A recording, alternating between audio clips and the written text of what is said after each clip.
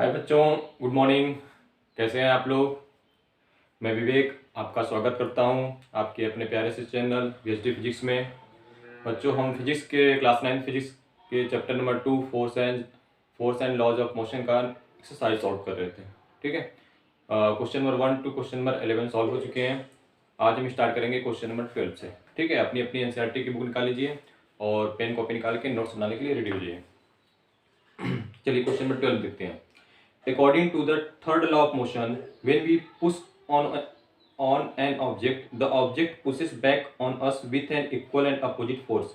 If the object is a massive truck parked along the roadside, it will probably not move. A student justifies this by answering that two opposite and equal forces cancel each other. Comment on this logic and explain why the truck does not move. ठीक है, theory का question है, question number 12। देखिए, इसको समझा देता हूँ, फिर इसको लैंग्वेज में नोट कर लीजिए। Question number 12। मान लीजिए आपके पास एक ट्रक है। ठीक है, वो रोड के किनारे खड़ा है और इस पे बहुत सारा सामान लदा हुआ है। ठीक है, क्या है? बहुत सारा सामान लदा हुआ है। मान लीजिए इधर से स्टैटिक फ्रिक्शन अप्लाई हो रहा है। कौन सा फ्रिक्शन? Static friction. फ्रिक्शन भी एक तरह का फोर्स ही है। मान लेते हैं इसको F2।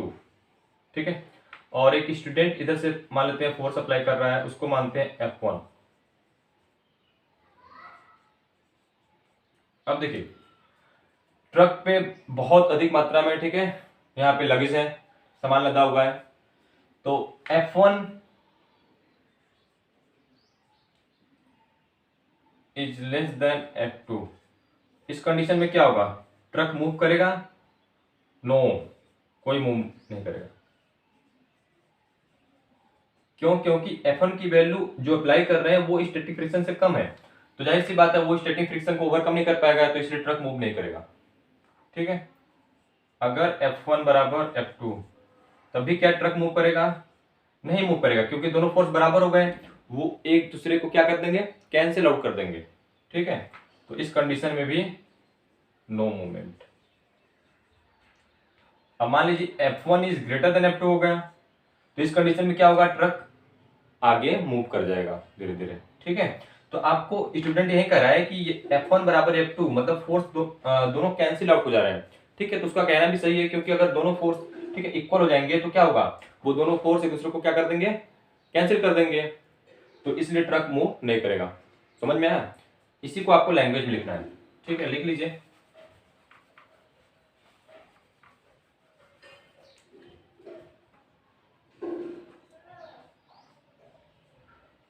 Due to trucks large mass, the static friction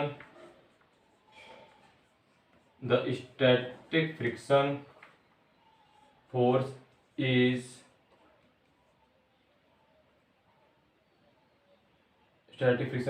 is very high। ठीक है, स्टैटिक फ्रिक्शन फोर्स क्या है? बहुत ज्यादा है। Hence students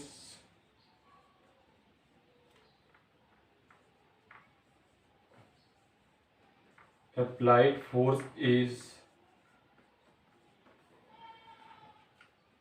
incapable to overcome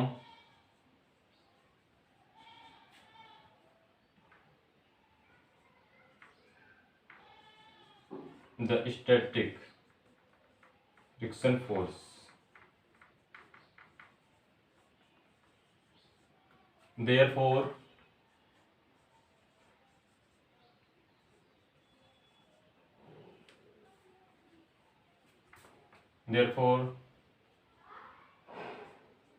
there is no movement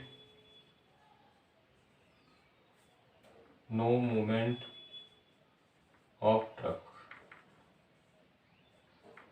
In this condition, in this condition the net force is zero. Net force is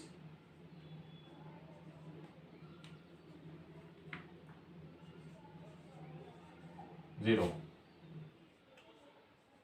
The static friction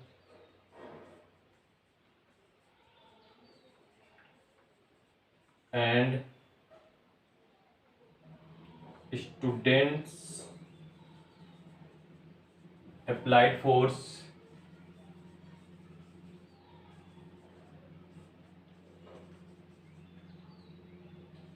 is cancelled out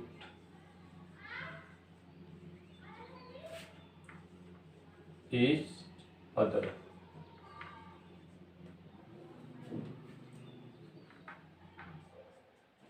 Hence, student is right that two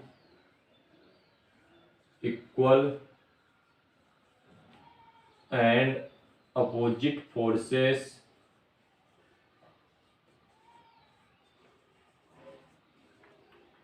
cancel out each other.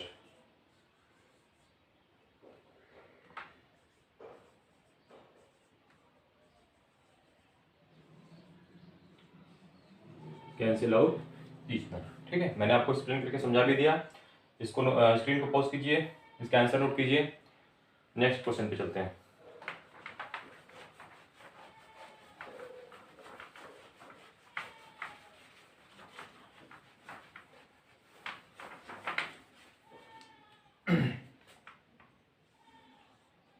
Question number 13।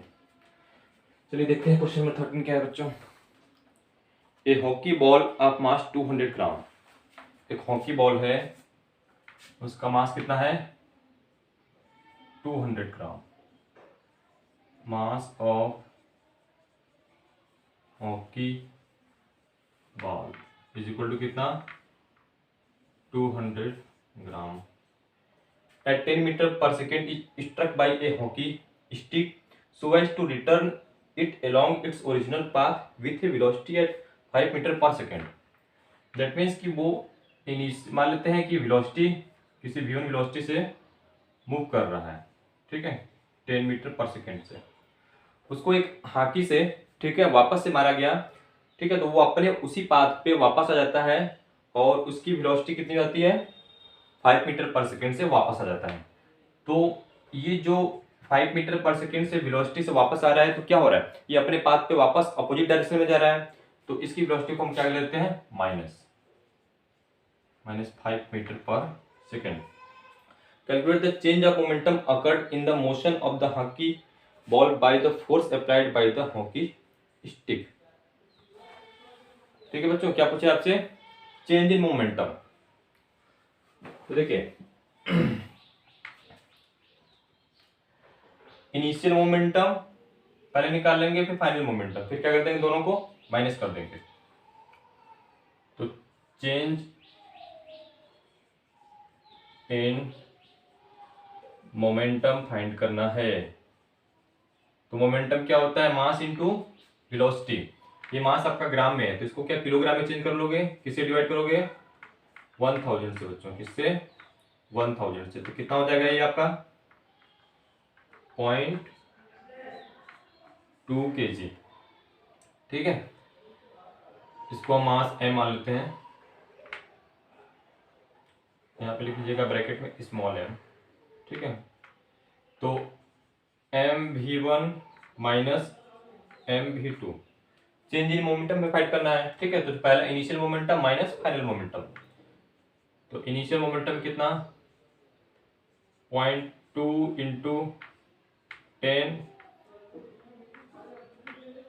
0.2 into -5, ये हो गया 2 और ये minus minus plus, यहाँ पे 1 आ जाएगा आपका। 2 + 1 कितना हो गया 3। हाँ, चेंज इन मोमेंटम कितना गया 3 किलोग्राम मीटर पर सेकेंड। ठीक है बच्चों, ये आपका आंसर है। स्क्रीन को पॉज कीजिए, इसको नोट कीजिए। समझ में आया? ओके, चलिए नेक्स्ट क्वेश्चन पे चलते हैं।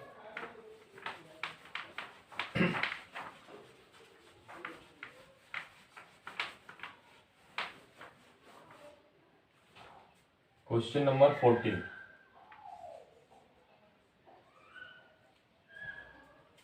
क्वेश्चन नंबर 14 देखते हैं बच्चों के है। A bullet of mass 100 gram traveling horizontally with a velocity of 150 meter per second strikes a stationary wooden block and comes to rest in 0.03 second. Calculate the distance of penetration of the bullet into the block. Also calculate the magnitude of the force exerted by the wooden block on the bullet. ठीक है, एक bullet है, ठीक है, उसका mass कितना है? 10 ग्राम।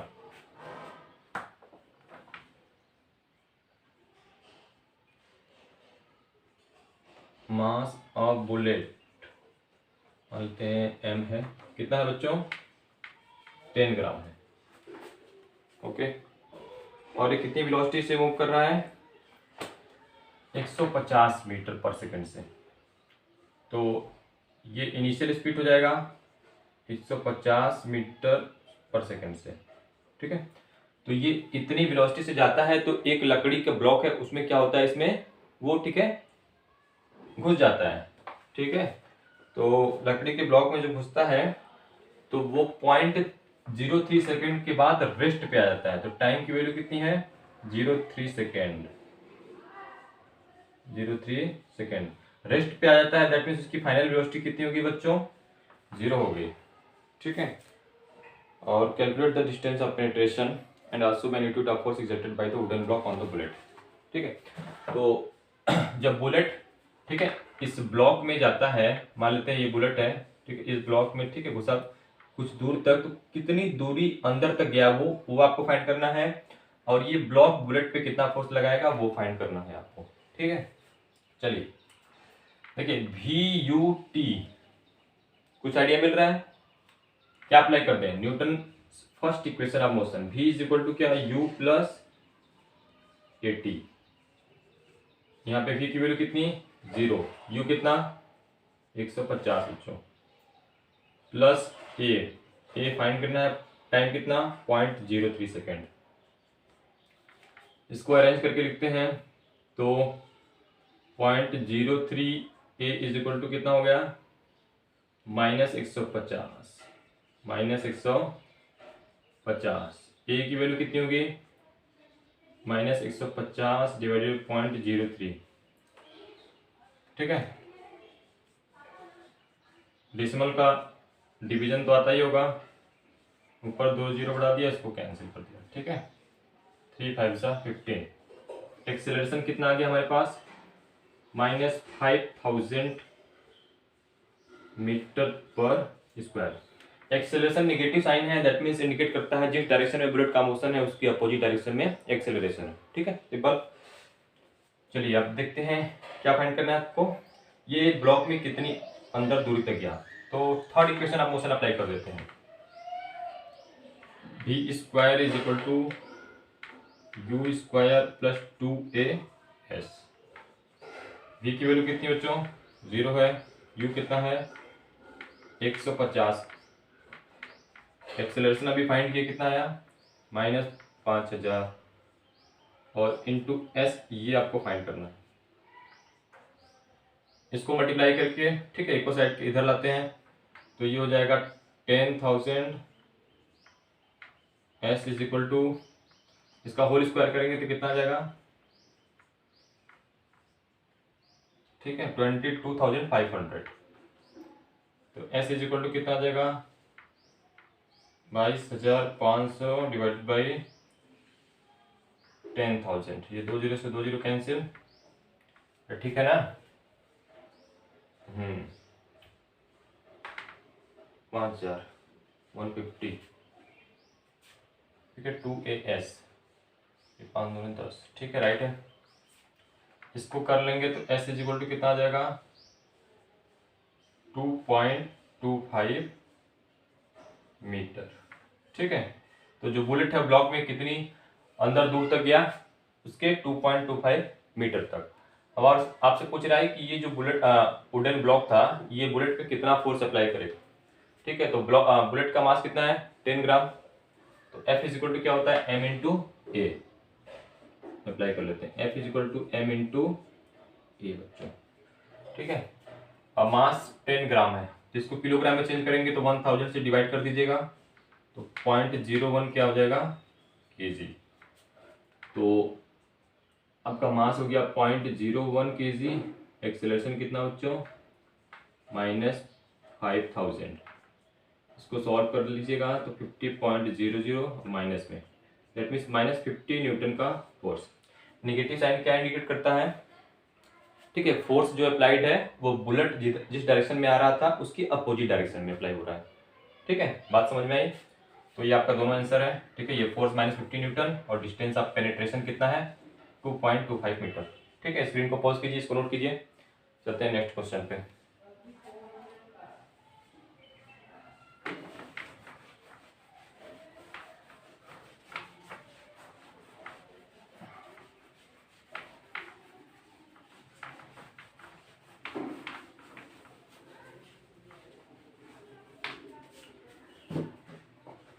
ठीक है बच्चों, नेक्स्ट क्वेश्चन है question number 15। An object of mass 1 kilogram traveling in a straight line with a velocity of 10 meter per second collides with and sticks to a stationary wooden block of mass 5 kilogram. Okay, and then they both move out together in the same straight line. Calculate the total momentum just before the impact and just after the impact, and also calculate the velocity of the combined object. ठीक है, चलिए दो object हैं।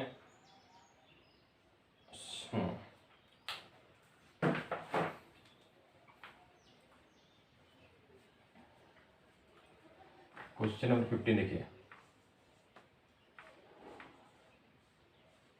इसमें दो object given है। एक का मास कितना है बच्चों, 1 किलोग्राम है, तो हम मानते हैं 1 किलोग्राम। और ये कितनी वेलोसिटी से मूव कर रहा है, v1 इक्वल टू मान लेते हैं 10 मीटर पर सेकेंड। ठीक है ना, और जो दूसरा ब्लॉक है उसका मास कितना है, कितना है बच्चों, m2 कितना गिवन है क्वेश्चन में, 5 kg है। ठीक है, तो हम बिफोर कोलिजन की बात करते हैं पहले। बिफोर कोलिजन, जब वो टकराते नहीं हैं तो क्या होगा, जो वुडन ब्लॉक था जिसका मास 5 kg वो रेस्ट पे रहेगा। ठीक है, तो उसकी वेलोसिटी कितनी हो जाएगी, 0 हो जाएगी बच्चों। कितनी हो जाएगी, 0। बात समझ में आई। तो आपको टोटल मोमेंटम फाइंड करना है just before collision and just after collision. ठीक है, तो बिफोर कोलिजन की कंडीशन में टोटल मोमेंटम देखते हैं। Total momentum before collision. ठीक है, बिफोर कोलिजन की बात कर रहे हैं, तो ये 10 इंटू 1 क्या हो जाएगा, m1 v1 plus m2 v2, initial plus final, m1 v1 plus m2 v2। तो 10 इंटू 1 बच्चों और प्लस 5 इंटू 0, ये कितना हो गया, 10 प्लस 0, ये कितना आ गया, 10 किलोग्राम मीटर पर सेकेंड। ठीक है, टोटल मोमेंटम क्या होगा बिफोर कोलिजन। आपसे कह रहा है कि जब ये दोनों एक दूसरे से टकराते हैं, कंबाइंड हो जाते हैं, तो ये किसी वेलोसिटी से मूव करने लगता है। तो मान लेते हैं आफ्टर कोलिजन,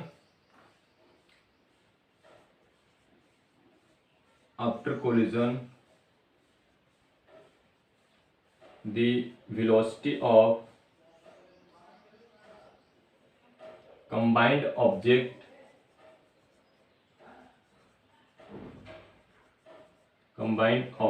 is v। ठीक है, अब आफ्टर कोलिजन की हम बात कर रहे हैं। ठीक है, तो इसकी वेलोसिटी मान लेते हैं कंबाइंड ऑब्जेक्ट की v जाती है, तो क्या अप्लाई करेंगे हम, conservation of momentum, m1 u1 plus m2 u2 is equal to m1 plus m2 into v। क्योंकि उनका मास कंबाइंड हो गया और उसके बाद वेलोसिटी उनकी क्या होगी v। तो m1 u1, ठीक है। तो इस केस में हमने v1 माना है, ठीक है, u1 हो जाएगा, इसकी जगह पे रख दीजिएगा, ठीक है। यहाँ पे कोई कंफ्यूजन नहीं। 1 × 10 प्लस सेकेंड का मास कितना 5, u2 कितना हो जाएगा 0 होगा, और m1 प्लस m2 तो 1 + 5, ठीक है, इनका मास 1 + 5 × v।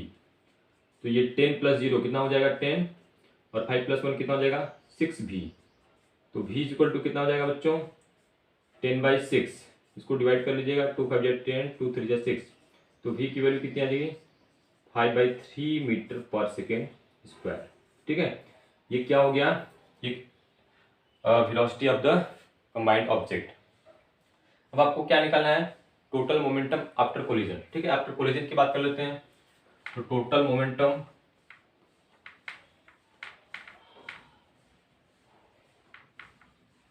आफ्टर कोलिजन,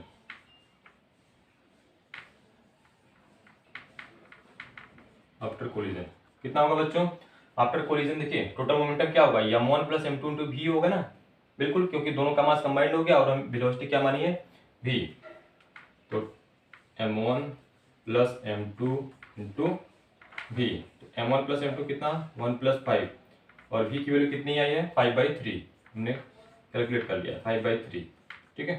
तो ये 6 × 5/3, 3 × 2 = 6, 5 × 2 = 10, तो 10 kg/s, ठीक है। तो टोटल मोमेंटम बिफोर कोलिजन कितना आया, एक आंसर 10 kg/s, और आफ्टर कोलिजन 10 kg/s, इनमें कोई चेंज नहीं है। और velocity of the combined object कितनी आ गया 5/3 मीटर/सेकेंड। समझ में आया अच्छे से, ठीक है बच्चों। तो स्क्रीन को पॉज कीजिए, इसका सोल्यूशन नोट कीजिए, ठीक है बच्चों। आज का लेक्चर हम समाप्त करते हैं। इस एक्सरसाइज में टोटल 18 क्वेश्चन है, ठीक है। क्वेश्चन नंबर 15 तक सॉल्व हो चुका है, बचे हुए 3 क्वेश्चन, ठीक है, 16, 17, 18। उसको हम नेक्स्ट लेक्चर में सॉल्व करेंगे। तब तक पढ़ाई करते रहिए, ठीक है। मिलते हैं नेक्स्ट लेक्चर में बच्चों, तब तक के लिए बाय बाय।